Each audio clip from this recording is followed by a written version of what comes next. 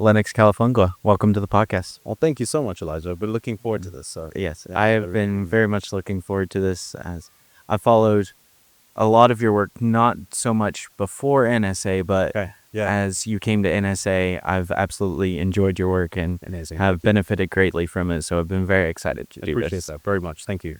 So, we can obviously get into what you're doing with NSA and everything. Right. But in this podcast, we like to do a lot of narrative stories. Yeah. As stories are kind of the thing that will last the longest. Right. You could do a podcast episode on different political topics and what's in the news. But in reality, if you think about it like the Bible and everything, those stories are the thing that last the longest and can benefit through the course of time and will stay in the course of time. So I wanted to get started with your story. So where were you born? Where'd you grow up? And kind of what was your childhood like? Yeah, it's a good question. Appreciate you asking. So I was born in a country called Zambia, which is in sub-Saharan Africa. It's sort of located in like south central area. Zambia is surrounded by 9 different countries. So it's landlocked in that sense. And I was born in a small mining town called Mufulira, and spent, I think, just a few years there before my family and I moved up to South Africa, which is where I grew up for the majority of my formative years, in a city called Pretoria. It was a fascinating way to grow up because my family and I had moved there in not too long after apartheid had come to an end in South Africa. My dad was called to pastor a church that was predominantly white, to say the least. I don't recall other black families there at the time. And the same was true even in the neighborhood that we lived in as well. There wasn't much of that. It was an excellent upbringing. Some people hear that and they think, whoa, that sounds really treacherous. It was an excellent upbringing. It certainly had its own challenges because of some things that had happened beforehand, before we had moved there. But it was still pretty incredible. And that certainly shaped the way that I think in a very fundamental way. And I think another interesting part of that story is just there was always a clash of cultures for me in my entire upbringing. I, in a sense, have always felt like a foreigner everywhere I've lived. And in some ways, I think the Lord has used that on one hand to really anchor my identity in Him. Yeah, so I think the Lord used just these different cultural experiences I had, I think, to serve a lot of what I'm doing now. I like to talk about culture. I like to compare cultures. I like to think about what it looks like for Christianity to influence specific cultures. This has really become my passion, and I think it's because of these various experiences that I'd seen. Growing up in South Africa, I grew up in a country that had a Christian influence. South Africa has a pretty rich Christian heritage. And then, in contrast, in my teen years, I moved back to Zambia. Of course, when I was moving back to Zambia, it didn't feel like a moving back. It felt like a whole new experience. I didn't have many memories of Zambia beforehand.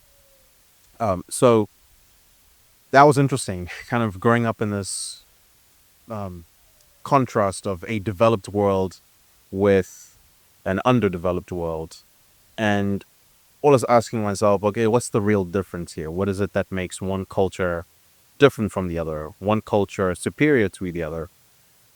And that was always a fascinating question for me. And it feels like I have spent many years just musing through this question, which influences a lot of what I do.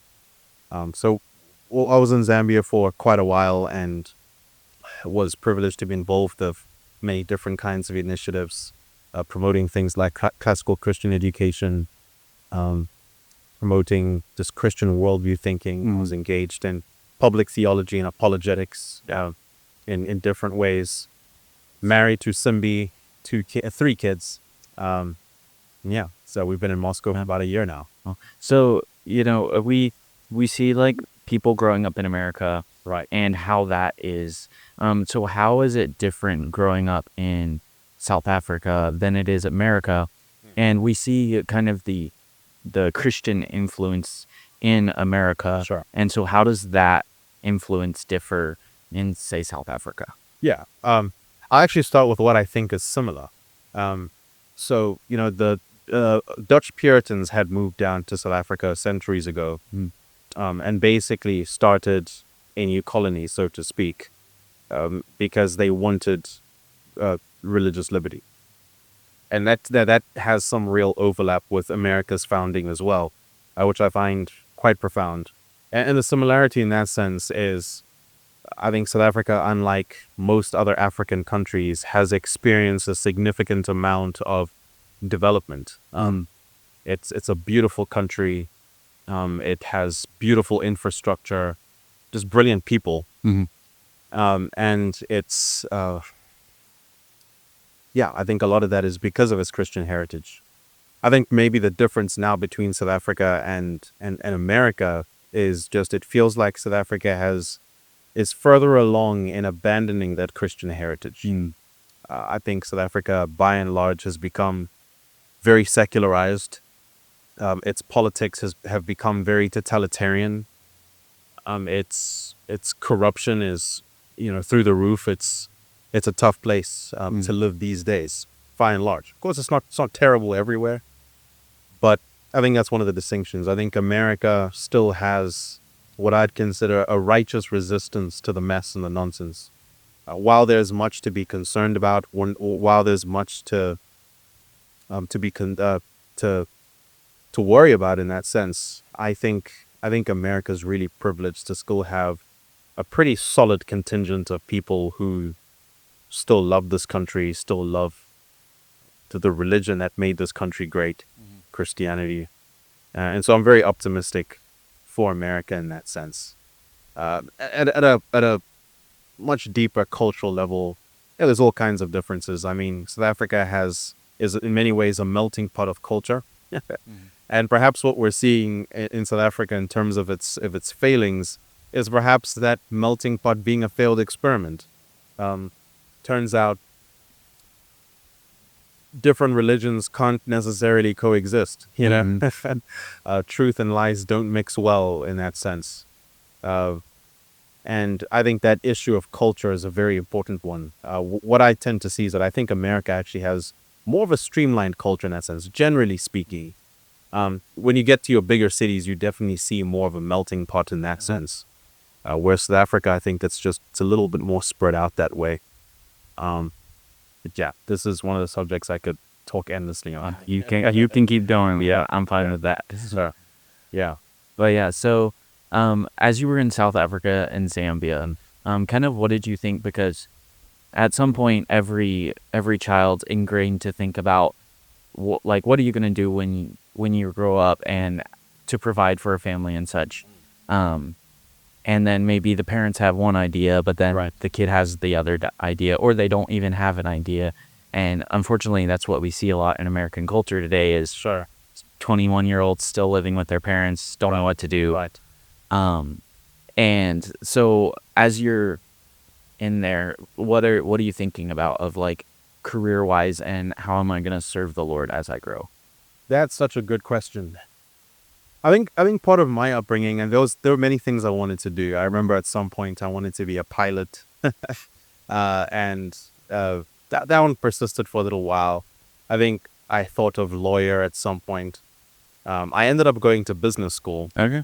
The reason I went to business school is because the homeschooling agency I was a part of saw a lot of my math results and basically gave my parents the advice that I should never go to business school.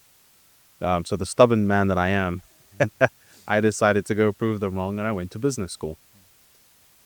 And I suppose a part of my reason for going to business schools, I think I wanted to understand how money systems work.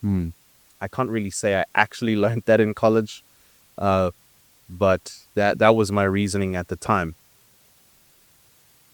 I think your question is interesting because, and I should also include that I wanted to be an athlete for a very long time as well, either playing cricket or football, real football, and or rugby, something like that. I think that I would have really enjoyed playing those sports.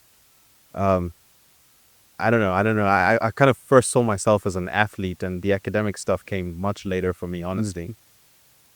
I think the reason I find your question very interesting is, I'm a millennial, and there's a sense in which we really did try to follow a formula of, you just show up, you get good grades, you do this and that, and you're going to have a good job lined up for you. And I think it turns out that I think a lot of my generation became really disillusioned when they figured out that actually didn't quite work that way. And so I think in real time, many of my peers, we just had to figure a new way of living and a new way of thinking altogether. And there's a sense in which many people forewent their initial ambitions in order to play it safe or to get that big career that would provide some kind of security, and figured out that that didn't actually work. They did everything and still didn't quite get the results they were promised. And I think that disillusionment, in some sense, produced a real sense of embitterment in many. And I think there's a sense in which they just kind of resigned the notion of ambition altogether. Of course, this is not true about everyone. There's still some millennials that did some pretty significant things in this world. But I think on the backdrop of that, I think the Lord was very kind to me in the sense that I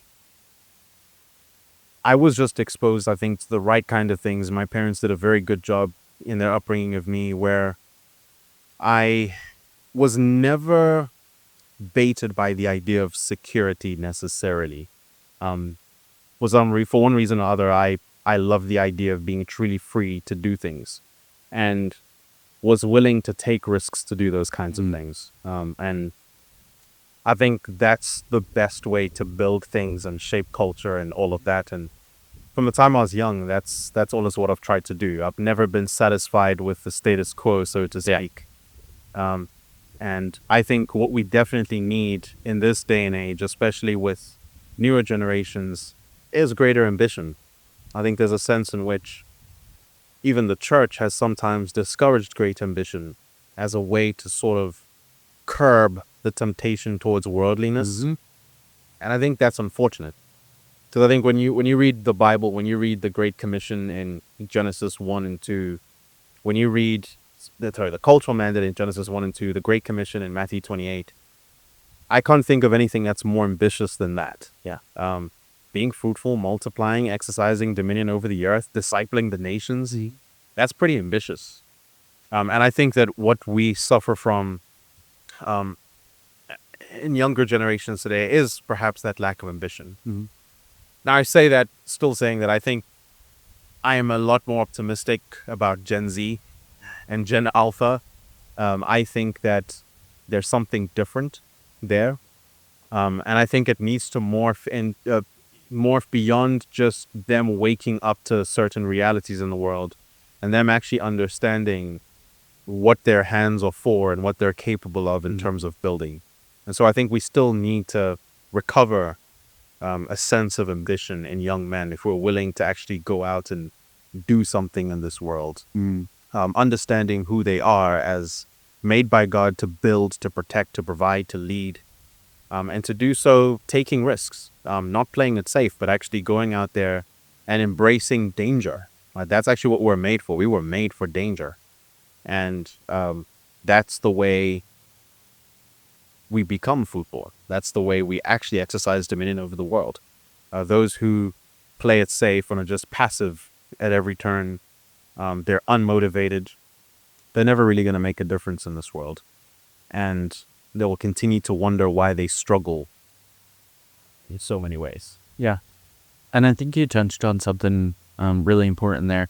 And so, like, we can get into when your family moved to Moscow and everything. Right. But there's some parents that realize we don't have to fit this formula of you graduate high school and then you go to college and then you get just a job in the corporate world. Right. And that's how you live your life. Right. And then there's some parents that still have that formula embedded into them. Sure. Yes. And so therefore they embed it into their children, and Right. maybe their children go along with it, Right. or maybe, the children become bitter because of that. Right. Where, we always hear of the people that say, oh, I went to college and everything, and then you ask them, why'd you go to college? Yeah.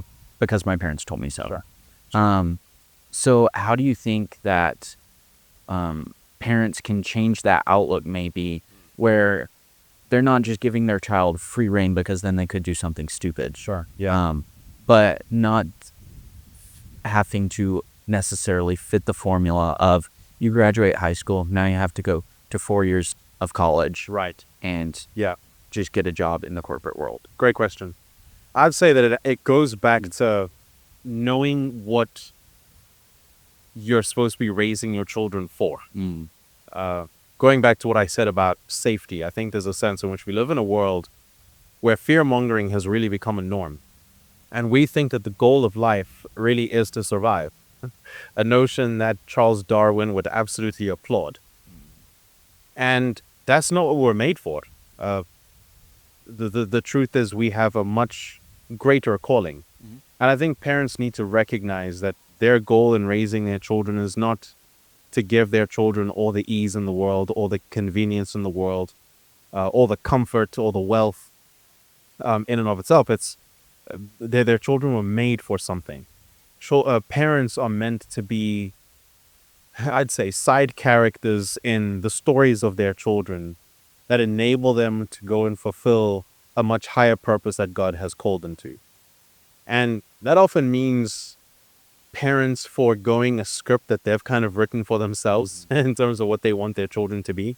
Ultimately, remembering that children are a gift that we ought to steward for the glory of God, a gift that we ought to steward so that we can shoot out these arrows who will then go on and exercise dominion in this world, advancing Christ's kingdom on earth as it is in heaven. That's the goal.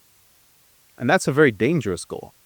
That does require a lot of risk-taking. It requires a lot of dangerous, uncertain kinds of things. But trusting that the Lord is doing something with that. And so I think that actually that's kind of where it has to start, with this reorientation on what we think children are for and what we think parenting is for. The goal of our parenting should be to shoot out these arrows who are going to be a righteous nuisance to a world that hates God and are actually going to bring order in all the chaos. There's a sense in which that's the goal. Our goal is really to teach them to fear God and obey His commandments, right? If that's what we're trying to do as parents. And I think if that's our fundamental principle, then I think we'd be more willing to go out and actually challenge our kids to do dangerous things, to go out there and not play it safe. And that's hard. I think for parents, that's hard because you want to protect your children from harm. You want to give your children the best sort of life, so to speak. But I think if we understood that fundamental principle, I think that would free many parents to begin to help their children just go forth and do what they need to do as mandated by God. All right. So, when exactly did your family move to the U.S. and what was the reason behind that? And then I guess the third question, why did you pick Moscow? Yeah. We moved to Moscow right at the end of July of 2024. And my big thing was to come and support the efforts of New St. Andrews College. And so I connected. I'd actually visited Moscow in 2023 and was here for a few weeks, just meeting people, seeing everything. And this wasn't my first encounter with Moscow as far as knowing of its presence and its work. I had been following Moscow for years. I've had a Canon Plus subscription for years, and so was always a very big fan of what Moscow was up to. And I suppose one of my big motivations for moving to Moscow was I wanted to be in a community that understood the fight that is before us.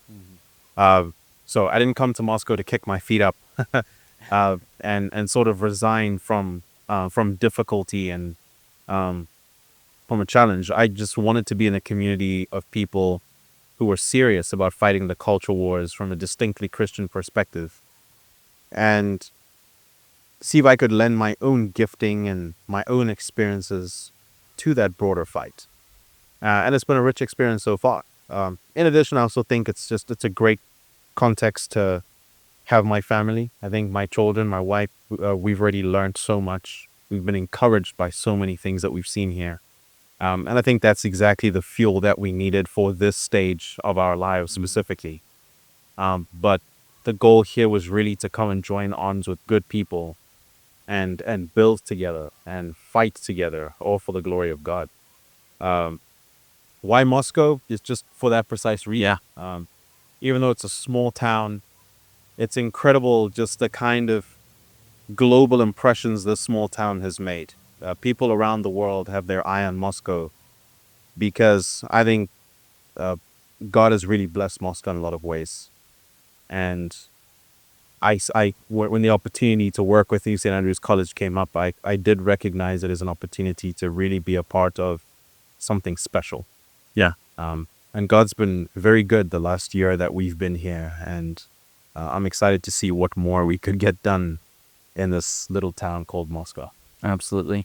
So what have been the main things you've done with New St. Andrews? And because we've seen like the different podcasts and everything. So what have been some of the main things you've done? And then what's the goal behind those things? Yeah. So my role, I'd say, to kind of make it plain for people is just communications as a whole. So I write quite a bit for the college. I also podcast for the college.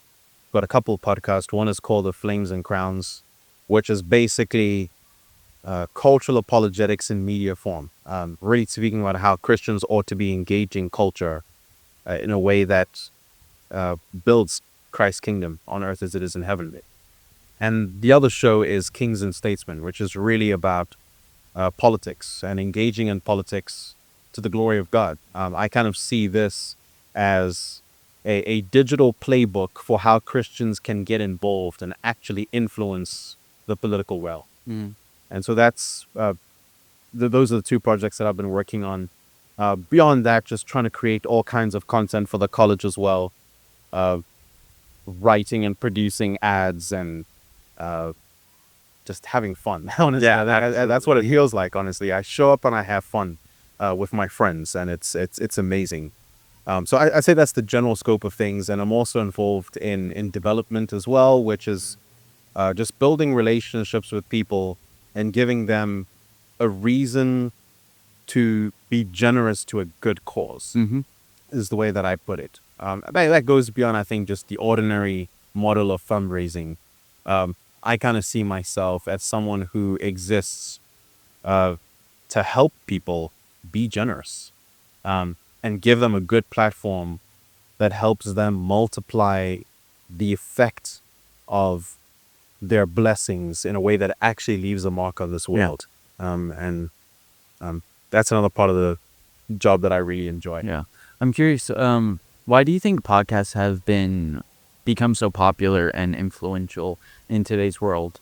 Yeah, good question. Well, one is just people really like the sound of their own voices. I like there is that, I think beforehand there was a lot more gatekeeping as far as who could have a platform. You needed your big production company to have any sort of influence at scale. And now we live in a digital world where as long as everyone has a cell phone or laptop or whatever, everyone can be a content creator now. And so there is, for sure, I think, a vanity to it as well. But I would say, too, that I think the other side of it, and I don't think there's one answer to this, is I think people have learned to not trust mainstream platforms. And I think podcasts provide an alternative to the mainstream, where it feels like you can actually learn truths and understand something about the world in a much more relatable way with people who seem to be living the same sort of ordinary lives as most people, So I think that's another reason that they've certainly exploded. I think COVID definitely accelerated the podcast world. I think my first podcast I launched in 2018. And it's interesting because podcasts existed back then, but there was still not as many. Like, it was every single year, just the exponential growth of podcasts has been just astronomical. And I think another reason I could probably give to this is people seem restless, and they want the truth. There does seem to be this hunger to learn things, and podcasts, I think, provide that platform for people to actually learn things. And this could be a consequence of people recognizing that their schooling was deficient, and so they realize maybe they believed lies, or they just see gaps in their own learning, or to some degree. And I think podcasts provide a good platform for them to think, and to learn, in a manner that's palatable. Yeah. Anyway, so those are that's like a mix of my working theories for why podcasts have become such a big deal. And so when you moved to Moscow, what were maybe some of the big revelations about whether it's America or NSA or the people here? Because I know personally for me, I was talking to someone the other day about this. So I was here last week for the call conference put on by NSA. Yes. And then here to do things like this, just talk to people, meet with people, Yes. learn and grow from words of advice from those people. Right. And so, but I had followed along with a lot of different people like Pastor Wilson, Cannon Press, and everything. And then I came here, and from afar, you kind of think of them extremely highly, and obviously you should, but more of a way, in a slight bit of a sense, like a celebrity. You're like, oh, I really want to meet this person. This person has influence and impact me so much. And then I came here, and it was a very good but different perspective shift. Right. Where I even remember going to Christ Church on Sunday. Pastor Wilson's just there and just talking with everyone. No one's like, oh my goodness, you're Pastor Wilson. Like, can you please, have can I please have your autograph or something? Right. And it's just people, it's not like they don't make a difference. Like, people know these people are big in the cultural space and everything. Right. But they're just viewed as normal people, which was a very good but different perspective shift. I totally understand that. So what were maybe some of the biggest vibe shifts or perspective shifts when you arrived to Moscow?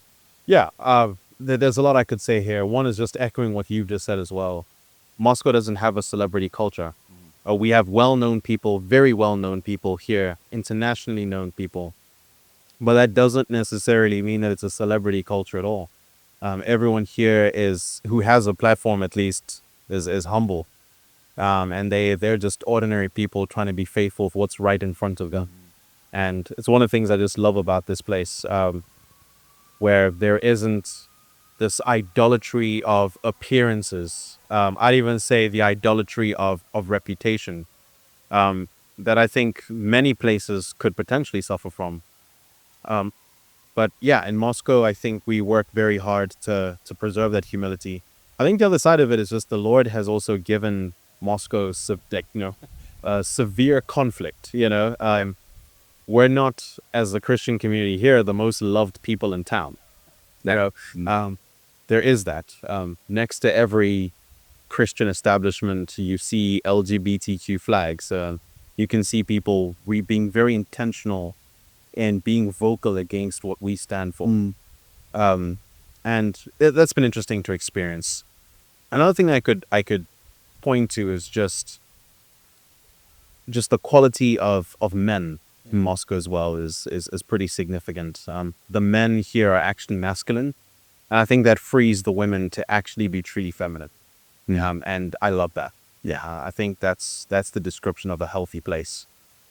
Beyond just Moscow, the U.S. in general is really just the undeniable influence of Christianity on this country. I'm surprised to see just how much even the non-Christians, the pagans, are actually influenced by Christianity. And it's in the smallest things, like them believing in good service delivery, them caring to have sidewalks everywhere.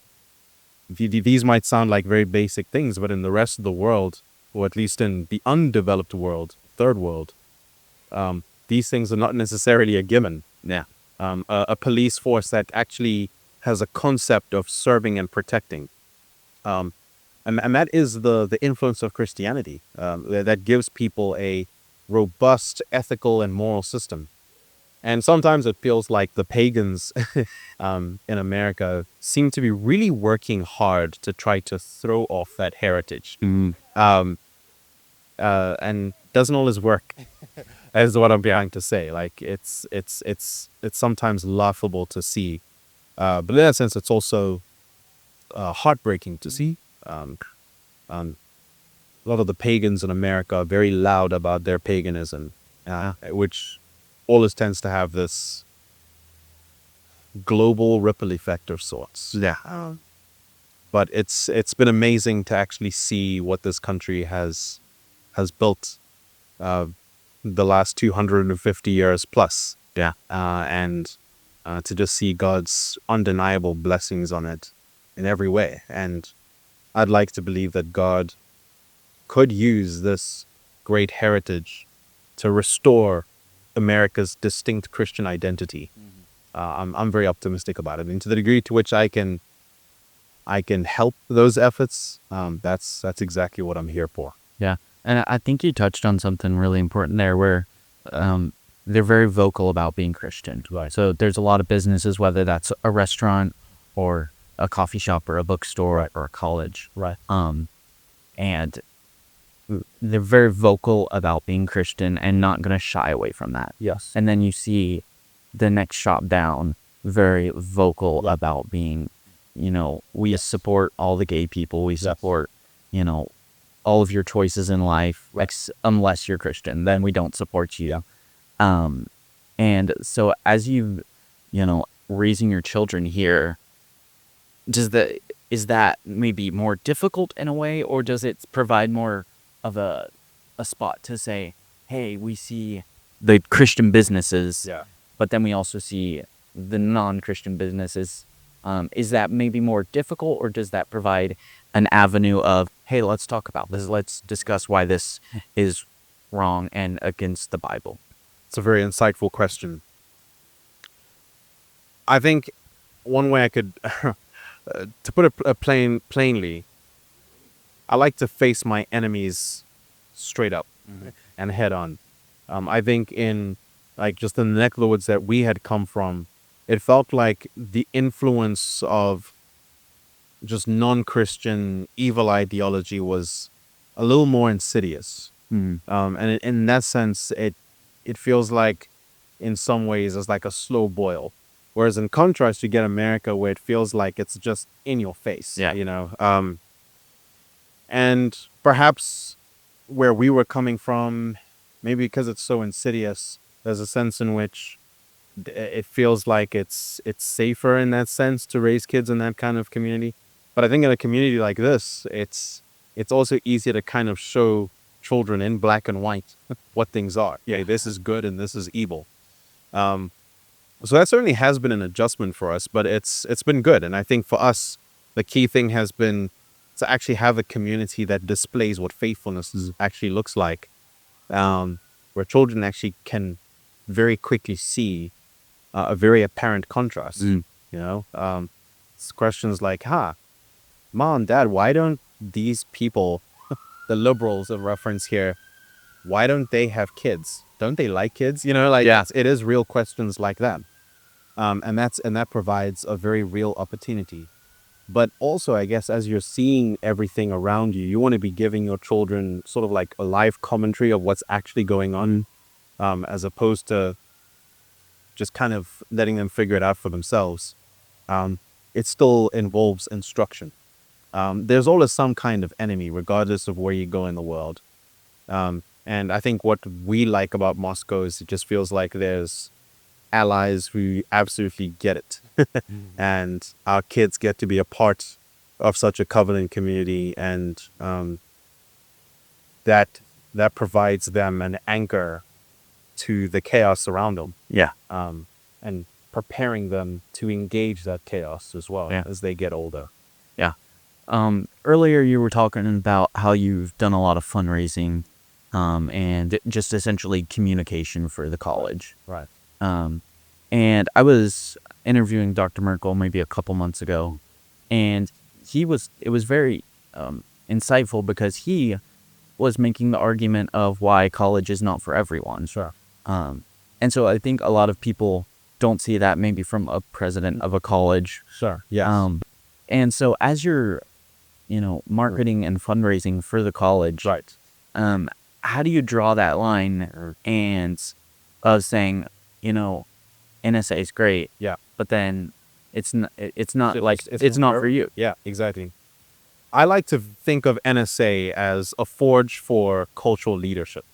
Like, this is not a place where you come to kind of waste time for 4 years. This is not a place where you come to simply be handed a piece of paper that looks good. This is a place where you come to get your mind trained, your hands trained, your heart trained for war and for building. And that means that it requires people who are resilient. It requires people who are courageous. It requires people who have the virtues that go on and actually inspire civilizations towards greatness. That's what we're trying to do here at NSA. It is a very ambitious vision that we have in mind. When we talk about graduating leaders who shape culture, living faithfully under the lordship of Jesus Christ, that is audacious. And we mean every lick of it, Like it is an audacious mission. We are being ambitious. And we get it. I think not everyone is cut out for it. We're hoping that we can produce the next great politicians, the next great businessmen, the next great writers, the people who are actually at the crux of culture.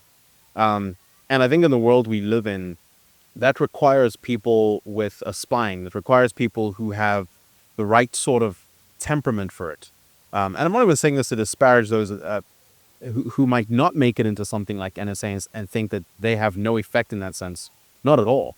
But we are trying to build a whole person. We're trying to give them, shape their intellect in a very real way, shape their affections in a very real way, so they can go on and utilize the opportunities around them to actually build distinctly Christian cultures. That's the goal. And that just isn't for everyone. Not everyone wants to be in the limelight, right? And I think what we're trying to do means you're likely going to be in the limelight. Not everyone can hold their nerve. But with what we're doing, we're training you to hold that nerve. Ours is not trying to build up polite diplomats, so to speak. We want people who are going to be righteous culture builders. And that requires people who have the strength and have the wisdom for this great task. And that's why I'd say it really isn't for everyone in that regard. And I think that's exactly why Ben Merkel would say something very similar as well. It's not for everyone. I think, and this is even historically, Christian liberal arts colleges weren't just the norm. People didn't just go to college in that sense. Yeah. Colleges were reserved for those who really were going to essentially form the next elite, so to speak. And by elite, I don't mean this sort of weird dictatorial aristocracy, but people who actually have the capacity to lead. People who can wield their eloquence to shape the way people think and feel. People who have the courage to go towards the danger rather than away from it. People who can come up with the most significant solutions to some of the world's greatest problems. Yeah. That's who we're looking for. And not everyone's cut out for that specific task. And that's fine. It really is. But as NSA, those are the kinds of people that we're looking for very specifically. Yeah. It's like, the Great Commission, go out and teach all the nations. Yes. Or the creation mandate, be fruitful and multiply. Right. It doesn't mean you have to be the next politician. Like, Sure. You can be a plumber and be living out the Great Commission. Yeah. Even in the midst of your kids. Sure. Where you're growing and training your children. Exactly. And not necessarily, being the Christian guy in the town. Yeah. And everyone knows that and knows who you are and what you do. Yeah. Instead, you're just You're just the plumber that. Yeah, exactly. And so we need the plumber, right? And we need the Christian plumber who works with integrity. He's reliable, and there's a sense in which he really is shaping culture as well. Yeah. I think what makes NSA distinct in that sense is we aren't just looking for the plumbers. In fact, if anything, we're hoping that we're going to go on and influence like the people who are actually going to have recognizable positions of leadership in the culture. And you need those too. And I actually say that right now, we're in much shorter supply of that than I think we have of the people being ordinary, faithful in their ordinary lives and their ordinary jobs, just serving the Lord and building there. Yeah. What I think what we're lacking is leaders. We don't have good, solid Christian leaders who are actually shaping things in great supply. That is. Yeah. So we need a lot more of that. Yeah. And I think there's also the two types of Christians where one Christian says, oh, you can't work on Sundays at all. And to a certain extent, like, you shouldn't work at Walmart on Sundays. But if you're a firefighter or a nurse and you maybe have to work a Sunday here and there, Right. like, that's admirable work. Sure. Because we need people to do that. If you're going to pass out in church and have to call Yeah. the fire department, you want Yep. a Christian on there. But then there's the other Christians who just think, oh, more nominal. And so therefore, Sundays, yeah, if I'm not working on Sundays, then I'll make it to church. Yeah. But I think there's that fear a lot from Christians that say, hey, we have to go to this Christian college and get this job at this Christian, because therefore I know Sundays are going to be off the table. They're not going to have any work Sundays. And so in a way, they're afraid of going out into the world. Sure. And kind of staying in that shell. Yeah, exactly. I think works of necessity are actually a thing. And I think we shouldn't be shy of those kinds of things.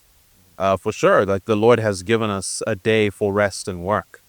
He's given us that rhythm for our good, actually. And so the Lord gives us that pattern for our sake, right? He gives us the Sabbath for our benefit.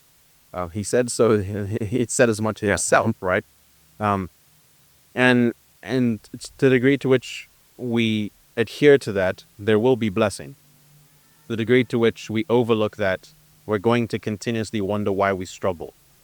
And yet, that said, I think part of that Sabbath being made for man is man being able to serve the highest glory of God and good of neighbor, which might actually require having to save someone's life on a day that you would otherwise be resting and being in covenantal worship with God's people.